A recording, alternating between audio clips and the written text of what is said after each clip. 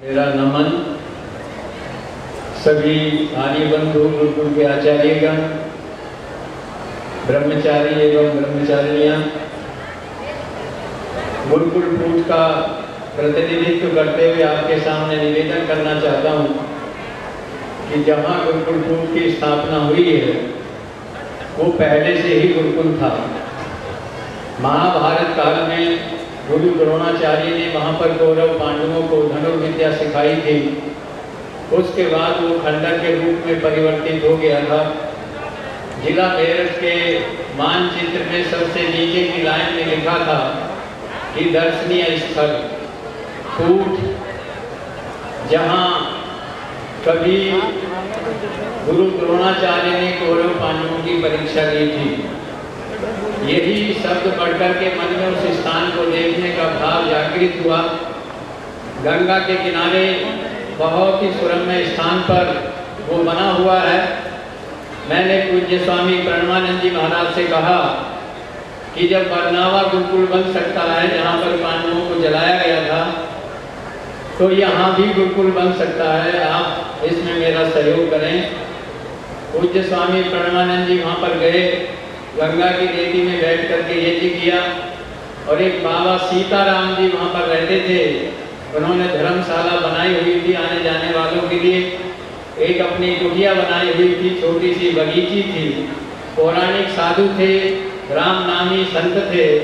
हमने उनसे निवेदन किया कि हम यहाँ पर एक बच्चों का गुरुकुल बनाना चाहते हैं। उन्होंने सुनते ही इतने प्रसन्न हुए कि भाई हम तो पढ़े लिखे नहीं हैं, आप पढ़े लिखे हो, आर्य समाजी हो, कोई बात नहीं।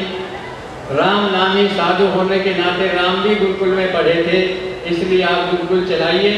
उन्होंने अपनी बगीची, अपनी धर्मशाला, अपना आश्रम सब कुछ हमें दान में दे दिया। और तभी से फिर वो खंडर जो पड़े हुए थे उनको ठीक करके पिछले लगभग 2-3 साल के साथ उसकी सफाई करके वहाँ पर गुरुकुल संचालित किया है। पूज्य स्वामी प्रणवानंद जी उसके प्रबंधक हैं, मैं उसकी देखरेख करता हूँ। आचार्य राजीव जी उसके प्राचार्य हैं। ज्ञानेंद्र गांधी जी जो हमारे प्रदेश के उपाध्यक्ष हैं वो उसके मंत्री हैं। और इसी प्रकार से सत्यानंद जी आर्य दिल्ली से हैं, वो उसके अध्यक्ष हैं। समिति है, वही उसका संचालन करती है, लेकिन जिम्मेदारियां सबकी अपनी अपनी होती हैं। और सबने मुझे ये दायित्व दिया हुआ है कि आप इसको संभालते रहिए। उन सभी के निर्देशों का मैं पालन करता हूँ। और उसी के साथ साथ उस गुरुकुल में क्योंकि धनुर्विद्या का वो केंद्र बने, उसी के लिए हम प्रयास भी करते रहते हैं। ऐसे कई बच्चे धनुर्विद्या में बहुत प्रवीण हो गए हैं। एक ब्रह्मचारी तो यहाँ पर भी आया है जिसने अपने प्रदेश स्तर पर 5वां स्थान प्राप्त किया है। और देश के अंदर भी वो कई बार उसमें प्रतियोगिता में गया है। और भी बच्चे छोटे छोटे वहाँ पर अभ्यास करते रहते हैं। आचार्य तक उसको मान्यता प्राप्त हो गई है। तो इस प्रकार से वो प्राचीन गुरुकुल नवीनतम स्थिति में भी इस समय संचालित है। गौशाला है, लगभग 85-90 के लगभग गौवे हैं। हमने वानप्रस्थ आश्रम भी वहाँ पर बनाया है।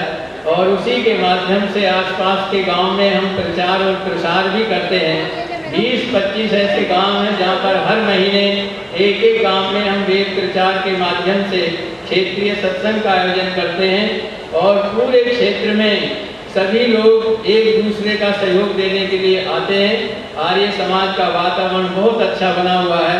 जहाँ पहले आर्य समाज का नाम नहीं था, वहाँ आज आर्य समाज का बहुत अच्छा काम है। और पूरे जिले के अंदर भी उसकी एक अच्छी महक बनी है। जैसे जैसे वातावरण बन रहा है वैसे वैसे काम भी बढ़ रहा है।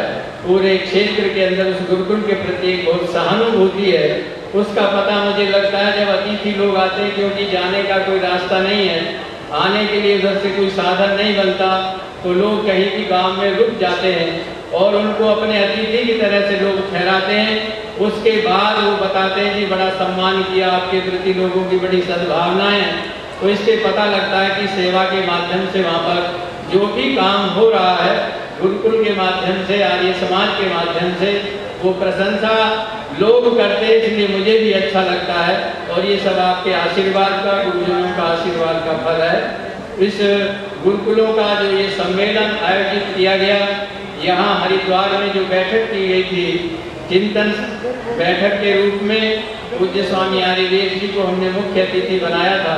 ये तभी इसकी रूपरेखा बनाई थी वेद सम्मेलन के बाद में, और ये बहुत सुंदर बना, क्योंकि वेदानाम अध्ययम वेदानाम रक्षार्थम वेदानाम अध्ययन व्याकरणम, वेदों की रक्षा के लिए व्याकरण पढ़ना है, और व्याकरण के बिना वेदों की रक्षा नहीं हो सकती।